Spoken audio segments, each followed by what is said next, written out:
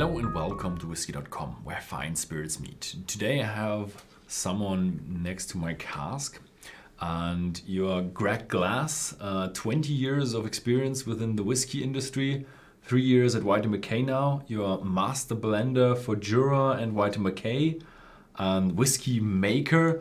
So I see there are a lot of bottles here on the cask. So tell us something about yourself and tell us what we're going to do today. Yeah, sure. Again, I've been in the industry for about 20 years and I've worked in various aspects of the industry, and in terms of whiskey making, about 15 years of that. And really, first of all, what is a whiskey maker? You know, is a question I get asked a lot. And really, for me, a whiskey maker is really someone who's bringing together different flavour experiences. So for me, there's a lot of science behind whiskey making, but it's also the artistry, and it's about bringing beautiful flavours and new experiences to people. So we're sort of experience makers and flavour creators as well as anything else. And I can hear you're a true Scotsman? Yes, yeah. So I grew up in a place called the Black Isle, just northeast of Inverness. But part of my job is to travel around all of our distilleries, Cool. of which Jura is my favourite. I often go there and quite often can't get back because of the weather. Oh yeah, I've been to Jura. Yeah, you can be stuck there. Yeah. But the boat from Isla to Jura is pretty stable, but the ferries are a bit. There's the ones hit that and miss. hit and miss. But to be honest, on the island, we sort of we take that in our stride. You know, it's nature telling us what we should do. Another day on Isla. Absolutely. But yeah, so I thought you might be a little bit thirsty, so I thought I'd bring across some different examples here of Seven Wood in particular, to give you an idea about how we go about making and creating a whiskey in particular, but also probably a good element to start off with is the new make, the spirit that we create on the island as well. So if you'd like to know how the spirit is created, I've done a distillery video about the Jura distillery, shown all the mashing, malting, fermenting, distilling process. So if you'd like that, have a look on the channel. You will find a video there about the Jura distillery, and this is the product that comes off the still, the new make. Yeah, absolutely. So at the distillery, the majority of the new make spirit is unpeated, and what you should get is a lovely sort of fresh, citrusy, slightly sweet sort of style of spirit, and that's what we make for the majority of the time of the year. And then usually somewhere around 3 weeks of the year we'll do a peated expression. So our Jura range, we have predominantly fresh fruity characters to start off with, but there's a very small element of clean sweet smoke in the background, which is adding a little bit of depth, complexity to each of the whiskies. But the main focus is on that freshness, that natural beauty of the spirit itself. Fresh and nice. Is that directly off the stills, or is that barrelling strength? No, that's straight off the stills. So that's like 75 or just below that, around about 72, 73. We typically fill at 63.5%, which is the industry standard. But we also do a lot of experimentation with different fill strengths as well, and the different properties that you can take during the maturation timing as well. So we do a lot of trialing and experimentation for that. I don't know, what do you pick up in It was beautifully nice, fresh fruits, round. Now I've added a lot of water, and it's getting definitely into the fresh pears. Bit more ripe than I usually have them. There are a lot of new makes with pear, but that's water, by the way. You're not just going straight from the still. I love it. It's fresh, beautifully, just as you want to have your new make. But I think I still need one. Don't want to burn myself for the upcoming nice expressions. Absolutely. Okay. So that lovely fresh fruity characteristic that pairs really well with American white oak. So American white oak, and in particular first fill ex-bourbon, is really the natural house style that we're looking for, but it's the natural partner to. Pretty round for a double distilled one. It's pretty. Yeah, I like it. And through the years, so the distillery was established in 1810, but the distillery itself was actually rebuilt in the late 50s, early 1960s, and purposefully when William Delmy Evans had recreated the distillery, partly to maintain employment on the island, was he was looking at what market to look for that spirit. And its close neighbour is Islay, obviously, but what we wanted to do is have a unique spirit style that really speaks to us as a unique island and a unique whiskey producer. It's interesting. So it smells like I don't know, 20, 25, 30 ppm.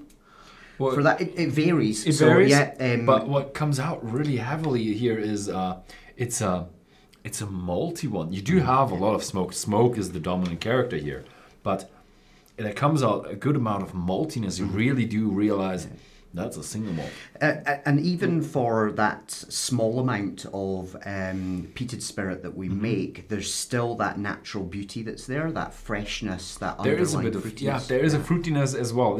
It's beautiful that one has that even has a bit of a complexity in it, where you have the fruitiness. There's a good amount of maltiness in there. There's a good amount of smoke in there. I love it. Yeah, I love your smoky new make. That's really cool. Yeah. And what we do is, as a final recipe, so our Juras, what we do is we bring together mainly that unpeated element, and then there's a very small amount of that that smoky character that we're adding. So it's more about harmony and balance. Yeah, you don't know that from a Jura. It's really smoky. It's smoky. What was the superstition was a bit smoky, and what was the prophecy? Well. Prophecy and superstition. Well, that's even a bit more smoky than that one. Yeah. From what I can remember the tastes. Yeah. No, okay. Absolutely. So from there, the next whiskey that we can try is Jura. This is a single cask sample that's come out of 100% American white oak, ex-bourbon. So Seven Wood, the name Seven Wood comes from the 7 different oak sourcings that we're taking it from. So one of them is American white oak, and then we're using 6 different French oaks in partnership with that to add depth, complexity. But the American white oak is also a key component, and what we're looking for is the classical vanilla, toffee, caramel, coconut notes coming through. A lot of whiskey lactose. It's still a fresh one. With the coconut, it comes out as a fresh one. You do have vanilla, you do have a bit of caramel. Also, I would say a bit of I'm not sure what it is. In doubt, always say citrus caramel. But you'd have to have more time to pinpoint exactly. But there's how many years do you say is it? So this particular one is 10 years in 100% American white oak, and that makes up the heart of what we're looking to then do finishing with. So this is a good example of how we start the life of the French oak. Typically what happens is So is that 57 or what are we looking that at? one is down to 56. Yeah, 56, just over 56, that one. So for Seven Wood, the whiskey starts its life as new make and starts in American white oak. And that gives it a good start in life, if you like. And then the French oak element that we're finishing in then is for a period of typically around 2 years, but sometimes we can go up to 7, 8 year finishing cycles for that. But to start off with, it's American white oak, and then it goes into 6 different French oaks to give it different character. And that's a mix of virgin, new oak, but also second use. It's quite intense. Yeah. I would have thought it about a bit more lighter, but there's a lot of the flavors from the bourbon cask. So is it first fill or? First fill ex-bourbon Must is be a first fill. the main component that we do for our Jura. And again, the house style, when you mentioned the new make spirit, you talked about fruitiness, and there's certainly a lot of citrusy notes that are there, which is a good linkage flavour-wise with American white oak. You do have a bit of character you do have a bit of an association in there, but there's a lot of character from the oak. Yeah, and so from there, so that's one of the components, American white oak. And then what I'll do is I'll show you maybe 3 different key French oaks that we use. So it's 6 altogether, and American white oak making 7 wood. So what we'll do is we'll try Vosges. So Vosges area of France is synonymous, is famous for creating some of the best quality wine grade oak. But what we've done here is we've sourced specifically from the Vosges area. Oh, we can cut in the map here for the people to check out where Vosges is. So this is the map from, we have the map here from France, and it's the northeastern part, right? Yeah. Now, typically in this area, you'll get sessile oak or Quercus petraea, generally speaking. Quercus petraea. Yeah. Or sessile oak is how most people would refer to it. So typically European oak, you have 2 main types. You've got Quercus petraea and also Quercus robur. 2 different types. Robur, okay. And the robur I do know, but the petraea is new for me, I have to say. So that actually makes up the majority of the French oak that we're using for 7 wood is sessile oak or petraea, and then there's a small amount of robur, which comes from the Limousin region. Are they all 57? Or? These ones are actually down to about 54%. Okay. So these particular components that we're looking at were around 10 years in American white oak, similar to what we started with, and then these particular examples were around 7 years in these virgin French oaks. And for us as whiskey makers, they're looking at the provenance, knowing the background is important, but really it's about the flavour impact.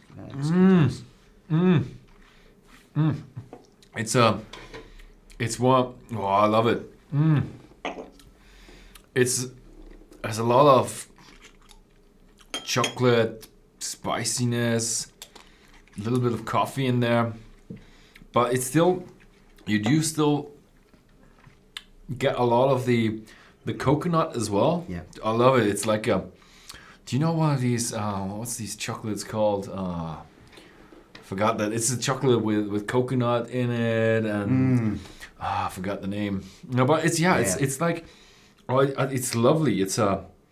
I mean, for me, Vosges, there's a particular characteristic for me, which is like a milk chocolate note to it, and there's the other layers of the coffee that comes through, slight spiciness, but it's beautiful and elegant. So you can see that the French oak is making a huge difference to the awesome profile. I really love that. Yeah. That is. What is it called? Vogue. Vosges. Vosges. Yeah. French. Now the other key French oak that we're using is from Bertrange area, and that's in the central part of France. And this one is key to giving us lovely tropical, fresh characters, particularly mango characteristics that we get from Bertrange in particular. So this one here. So again, we're looking at about 53. What I was a bit confused about is when you hear French oak, yeah, you do have the spiciness, these cool flavors, but usually I didn't get that much bitterness when I had that one. So what you find, particularly with new European oak, I sometimes don't like to talk about European oak because it's like, what is a European? What is the character that they have? Everyone is so different and unique. But typically what you'll find is you get your tannin properties that come out quite early on when you're finishing or maturing from new make, and you really need to give it plenty of time for that those strong tannin notes to develop more silky mouthfeel.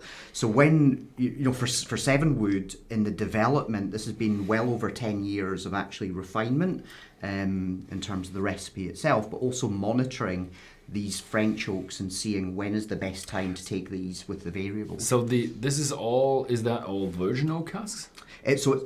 For the final recipe, we're using a mix.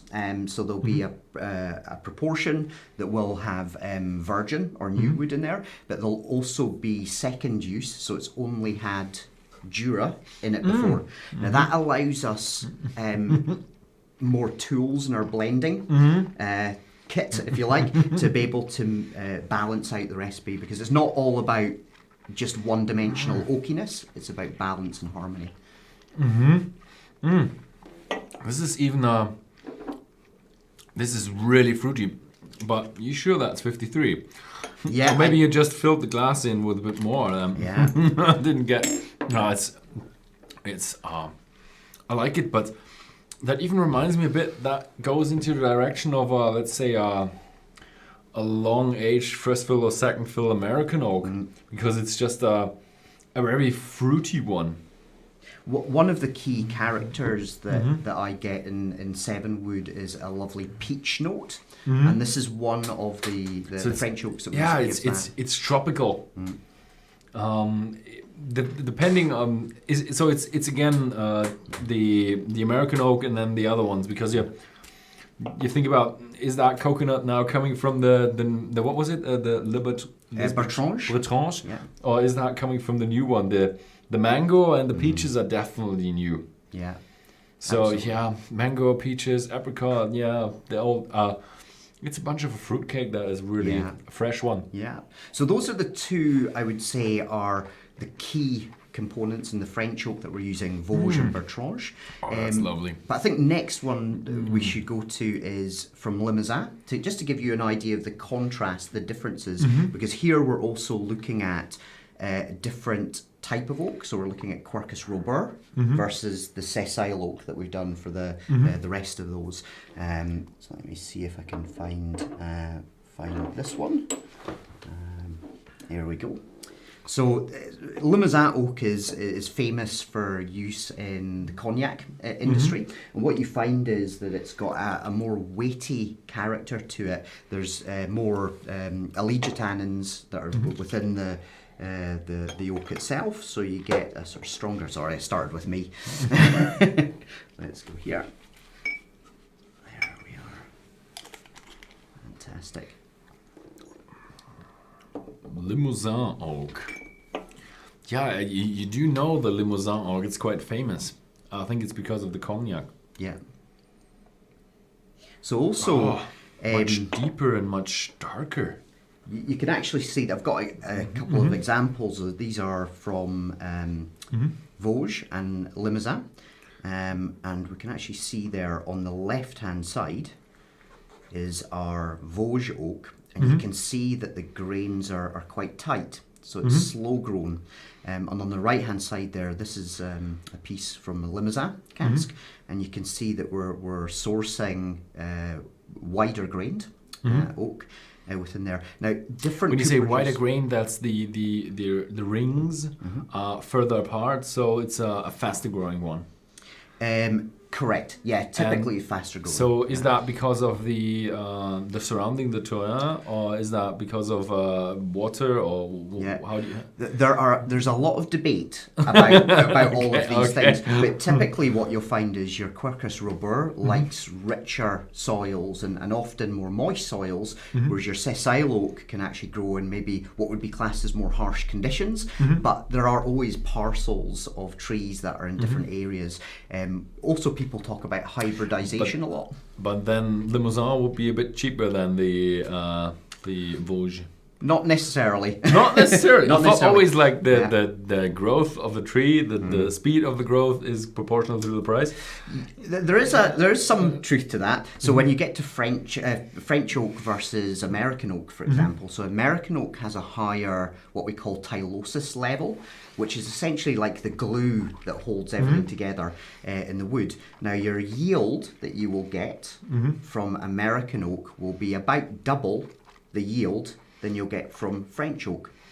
So this is another thing with Seven Wood has been great for me when I'm out speaking to whiskey enthusiasts and people who are nature lovers even, is about the difference that you get with the sourcing of oak and the different milling techniques that you're using. And typically it's around 200-year-old trees that we're sourcing, but we're responsibly sourcing that. So we work with teams on the ground, the ONF, essentially like the forestry organisation there, so that we're taking from responsible areas that are provenance known. Oh, I like it. It's much more spicy. It's a lot less fruity, with a character where you have it's a bit of a, that you have often is that Christmas feeling, and that has it's missing the oranges, but the rest with the Christmas feelings. The Christmas is without the oranges. But you can see this as a blending tool. This is amazing. And of course, as you know, blending... You need to add the oranges and then you have the Christmas feeling. Exactly, you have to balance it out. And so key to making Seven Wood, there's a lot of work that goes on behind the scenes in terms of us creating... a harmony and balance, as I was saying, but we can use, for example, limousin in a small amount just to add. I get a lot of toffee apple characteristic to it, but as well as that clovey quality. And clove characteristic or eugenol can often come from a wider grain because the more fibrous material that you've got when you've got that there as well. So that the different touching points that the whiskey has with the wood can make a big difference.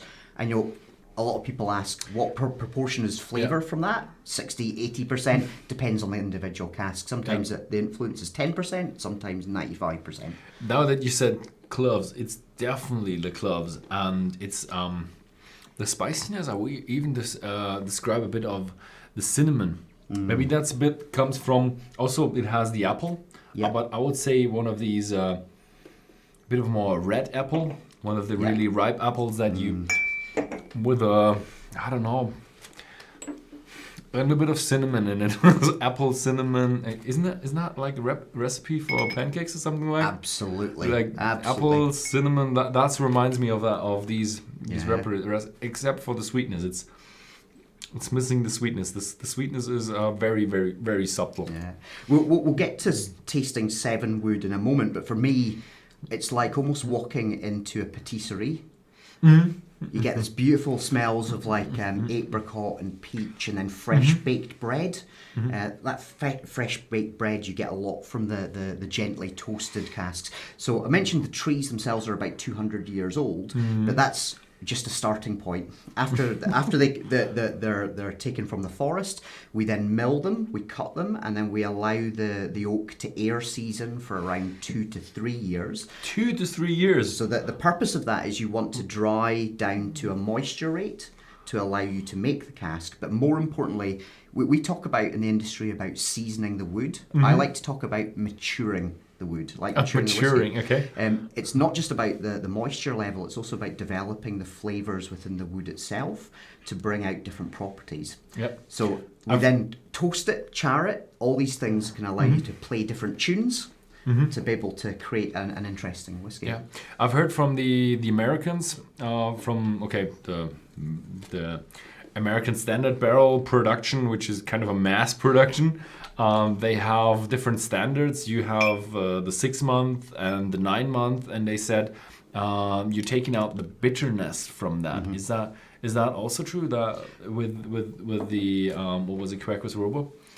Yeah, and again, if you've got a higher tannin level, sometimes, again, there's a lot of variables. You might need to leave it a bit longer for those to develop into more silky, soft characteristics, particularly for the mouthfeel. So very briefly, you can have a look at these ones.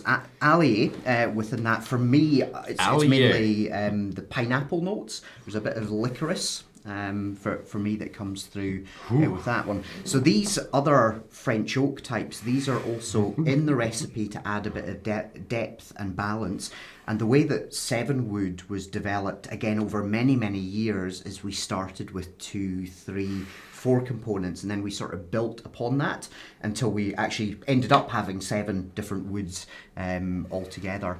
And one of the other things that we need to manage, because obviously oaks are individual living things, is that we have to ensure that that we monitor every new batch of oak that we get from these areas, and so we also have to tweak a lot of the recipes. So again, there's a lot of work that goes behind creating Seven Wood. That one, what was it? Allier? Yeah.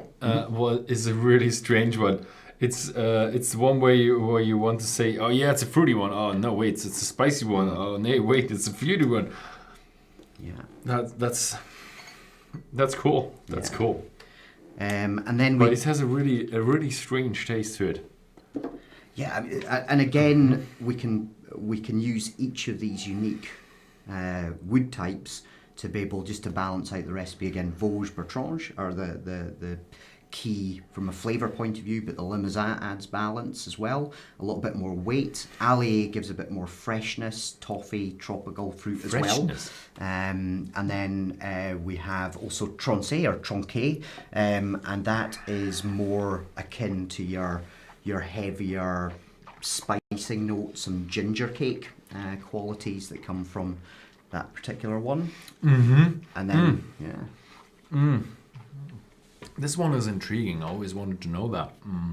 Because I think when you have the smell, then it's more of what you said with licorice, toffee, more of the settled, damp and deeper notes.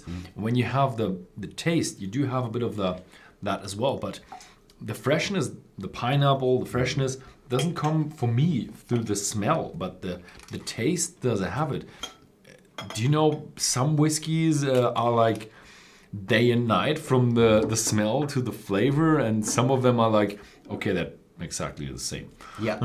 Is there a secret behind that? No, and obviously from the point of view of flavour, most of that is you're getting through the perception through nosing, the aroma, but the texture, the mouthfeel is just as important for us as whiskey makers to be able to build interesting flavours within there. So yeah, I mean we do a lot of work and also on what is the ideal alcohol level for us to bring a whiskey out into the market as well, for that individual flavour experience. That's one of these question marks for me. That is hard to define as from the flavour profile. If you'd give me that for blind tasting, it would just blank out. Yeah. For me, I spend a lot of time in forests around the world and selecting trees and working with foresters and stuff. And I find there's a lot of magic, and some things are very difficult to pinpoint. Where does that flavour come from? And you develop a sort of an experience, you build up, that's going to work, and this is the ideal toasting or charring type. And then you get science to back it up. What you've done to create, or sometimes it can go the other way. But I think very much when it's about flavour, you work on the properties of flavour and you work back the way. So Tronchet, this one again, we're getting more cinnamon notes and ginger cake in particular with this one here.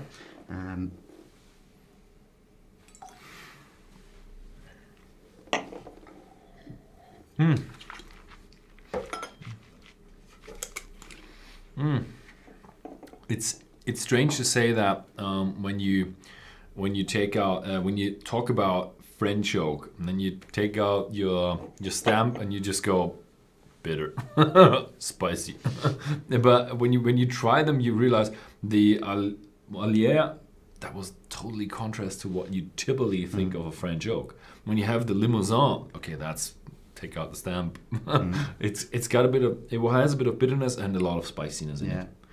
And there's a lot more learning and understanding, particularly in the whiskey industry, that we can be doing revolving around new oaks as well. So with Seven Wood, we actually work and have been working very closely with, for example, the University of Bordeaux, and they are actually helping us looking at fingerprinting some of the properties that come from the different areas, and also differences in growth and conditions where these come from. So again, there's a lot of interesting background into that development side. Okay, then put it in any water. Yeah. There's a lovely roundness on the nose for this one, I find. And a little bit of toffee apple as well, akin to what the Limousin was giving.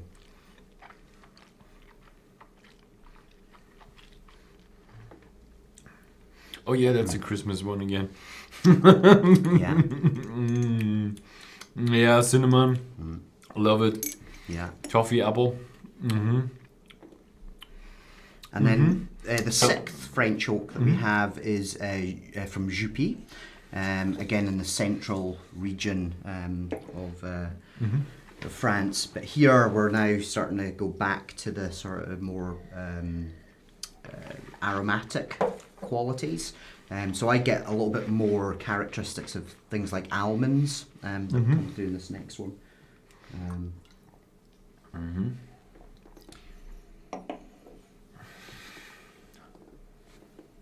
Yeah, that's a lot. There's a lot of roundness in there. So it's almost like even a bit creamy with the caramel. The apple is oh wait, there's no apple. I would say it's a bit damper than the other ones, but yeah, if you'd interpret an apple into there, it's a very, very red one. Can't smell the almonds. Okay, yeah, that's still a bit too high strength for me. Oh, but I love it. It's very round. It's very creamy.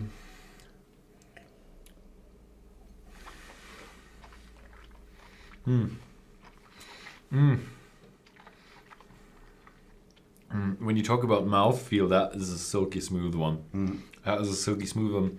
A bit of that caramel, a bit of a sweetness. Do you start to pick up the almonds and just the aftertaste, sort of quite a light sort of background? They're not as they're mild. They're not as if you have an oloroso finish or something like that, or oloroso. Then it's just nuts in there. And this is much more mild. This is you realize it's coming from an oak flavor. Yeah. I actually use 7 Wood when I have tapas with friends, and it's beautiful because it's quite elegant, it's fresh, it's quite a good sort of sharing style whiskey, but also pairing with certain cured meats, for example. The spicy links sort of really nicely in with some almonds and the like. It's really beautiful. I love it. It's a strange one. It's not, you can't really, if you have that like that fruitiness, spiciness scale and you just want to characterize it, this is a bit off the scale. Yeah. This is round and deep and flavored nuts, toffee and caramel. It's a bit off the fruity and spicy scale. It's stranger. Yeah. I didn't think that there's so much variation within French oak. Absolutely. If you go into something and the devil's in the detail, there's always for sure. So I mean, what we've tasted there, to start off with the American white oak, and again, first of all, ex-bourbon's really the natural partner to the spirit style, and then we've also got the 6 French oaks there, and as you point out, they are radically different, very different. So what would you like to do now? Would you like to have a taste of the 7 Wood, or would you like to maybe taste a couple of different toasting and charring? I think we just show the toasting and charring to see how that is impacting. Otherwise, it's getting a bit too long if we try them all. Yeah, no, absolutely. So what I've brought here is actually American white oak, straight up. So how, again, 7 Wood starts its life. And then Vosges oak that we've toasted to different levels. This is the American oak. Yeah. So this is 10 years in American oak. 10 years, yeah. But is it first fill or? That one is this example is actually a second fill, but typically we'll use first fill. So this will be first fill. This will be second fill. Yeah.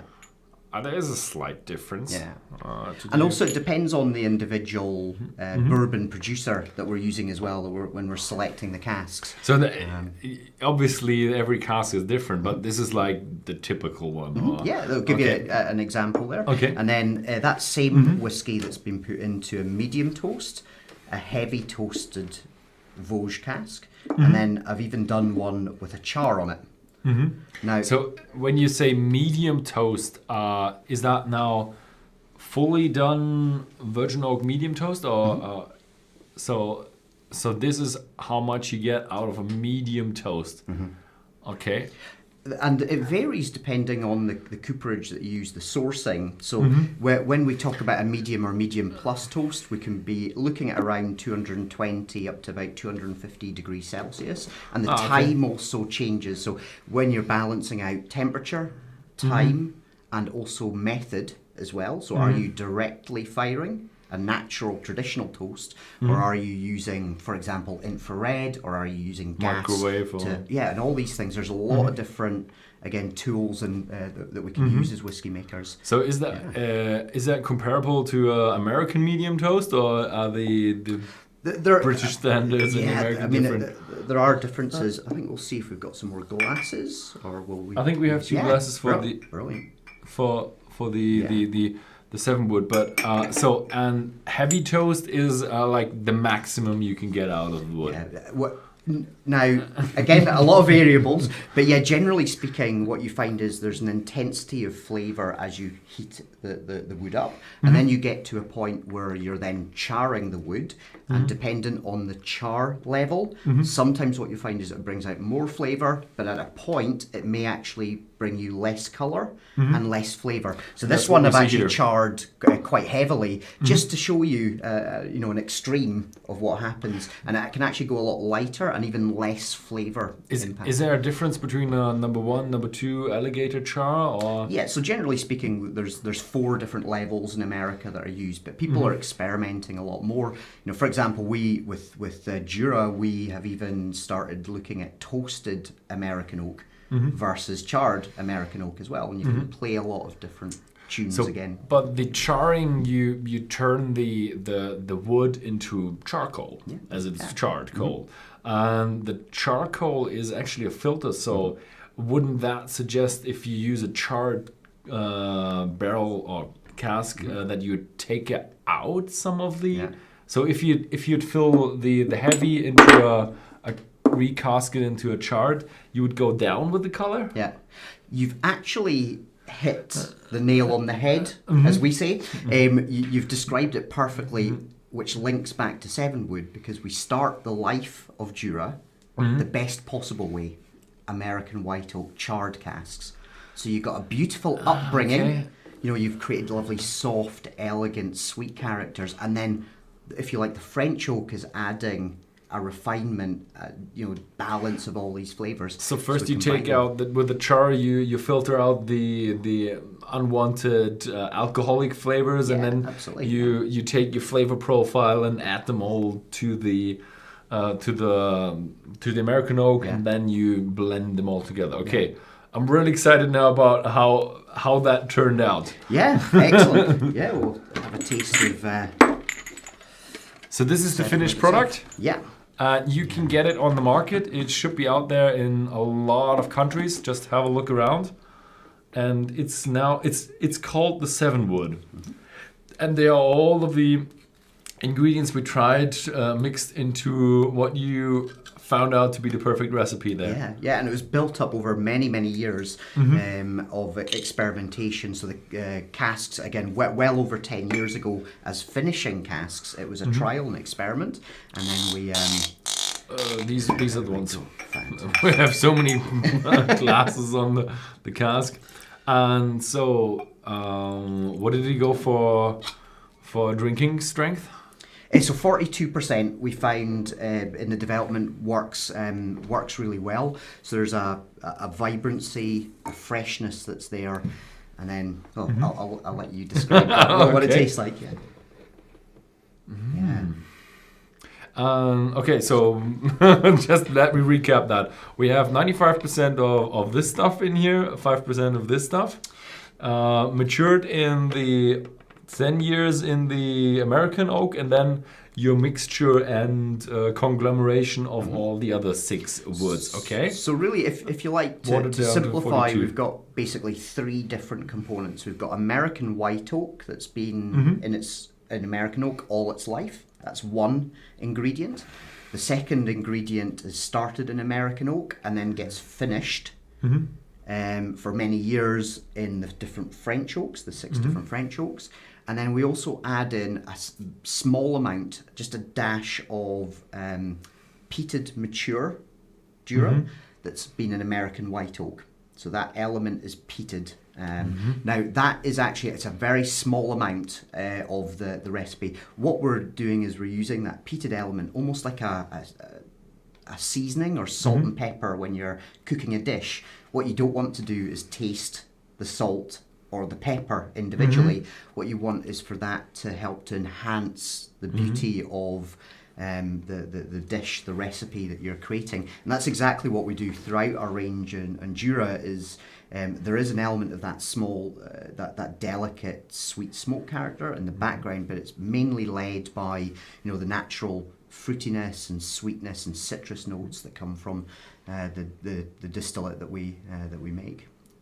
So what I do smell is that very, very, very faint peat smoke, and with a good amount of creaminess, roundness, and now here comes the kicker. There's a good amount of oak in there. You can't go wrong with that. No, I have to say, it's a complex one. And what I was wondering is that we are looking at a product that is a mixture of 16, 14, 12-year-old whiskey. Is that kind of like that? So the age range goes either way because what we're doing, it's a non-age statement whiskey, and that allows us the creative freedom as blenders, especially when we're dealing with very distinct flavors and new woods, for example, is then we balance out the minimum aging. The examples that we've got that I've shown you here started 10 years in American oak and then around 7 years of finishing in the virgin wood. But in reality, we balance out the recipe. What I love about it is I think what I do pick out, it's a complex one. It's definitely a complex one. If you go in, you realize there's tons of flavor in there and there's all different. What I do pick out a bit is a bit of that almond nuttiness, and what I'd also do. What was the very round one? Was it the Vogue? Oh, the Vosges. Vosges was the milk chocolate one that was a really round one. I would say, I do smell that character. There is a faint taste of that mango and that peaches and that kind of stuff.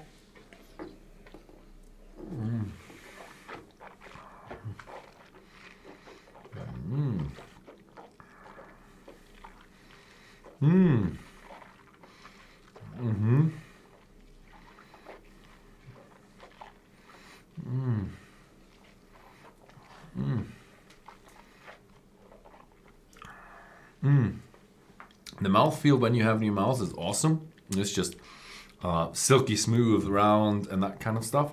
So it's really pleasant to have in your mouth. It really feels nice. Also, when you swallow it, you realize it's a bit of a juicy touch. So it starts the flow of in your mouth, and there is a lot of oaky flavors and a good amount of spiciness in there. Peach, we mentioned peach earlier. Peach juice is what I get. That's what I do have with the flow. There's a bit of a juicy touch to it. I would have gone with a very, very mild orange juice, maybe mangoes. Depends on how you interpret it. And but there's a good amount of spiciness. What I'm really strangely excited about is you missed out the bitterness pretty much, I would say. Yeah. You didn't, even in the ingredients, there were very few ones. I would say the Limousin oak had a bit of it in it. I can't pick it out here. Yeah. I would have, if you said you got 6 different types of French oak, and I was like, okay, this is probably a bitter one. But no, this is a lot different. So if you'd say, this is a French oak whiskey, then not a typical one. I mean, I often talk about it like cooking. You start out with the finest quality ingredients to start off with, and then you work on how you can combine them in interesting ways to create different flavors. So, for example, 7 different woods. Is that too much or too little? If you were cooking a dish and you use 7 different ingredients, that wouldn't be unusual.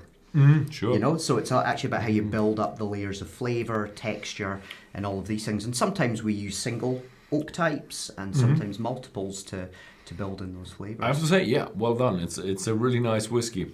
Thank you for creating it. Yeah. I love it. It's It's the second sip is a bit more, I would say, robust, a bit more of what I would expect of an oak flavor, a bit more heavy, a bit more, maybe even a bit more smoky. Well, that comes out when you wait a little. But you can tell that the smoke isn't at the forefront. It's about the other flavors that come through first, and that's one thing with our new range of Jura, as well as they've all got this beauty and elegance to them, and a lot of depth and complexity, partly because of the blending. Is that like the peppering up with the American oak peaty one, or is that the one in the back? So you've got that just coming through in the aftertaste, just softly building. But to be honest, 7 Wood out of our range is probably the one that's got the least of that character. It's mainly led by the beauty of each of these individual French. It's just enough to just gently pick it out in the aftertaste. Yeah. But when you have it in your mouth, there's enough going on that you like.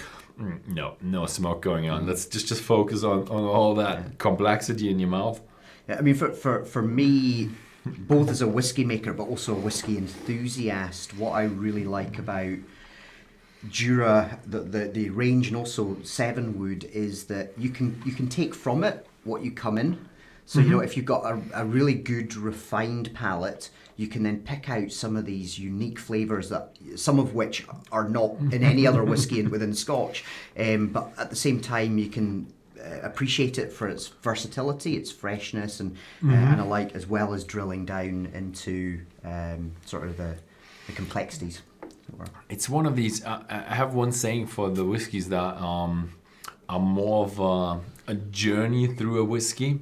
When you have that roller coaster of a whiskey, where you start off very fresh and then it comes spicy and it goes to. This is one of these mild roller coasters, I would say.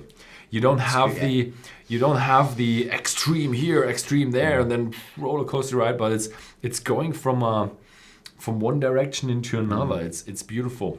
I love it. Yeah, it's a nice whiskey. Cool.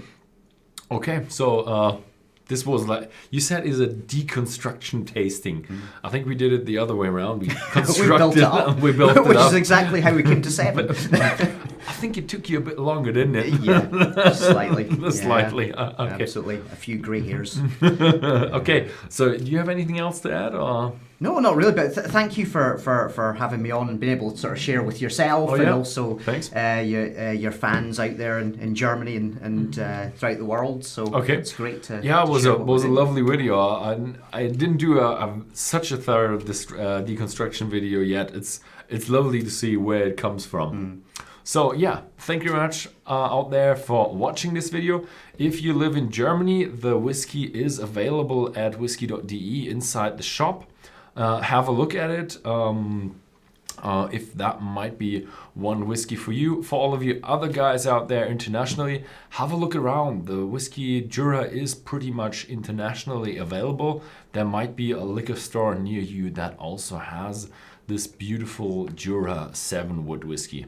Thank you very much for watching. Thank you for being here. Thanks. And see you next time. Slàinte.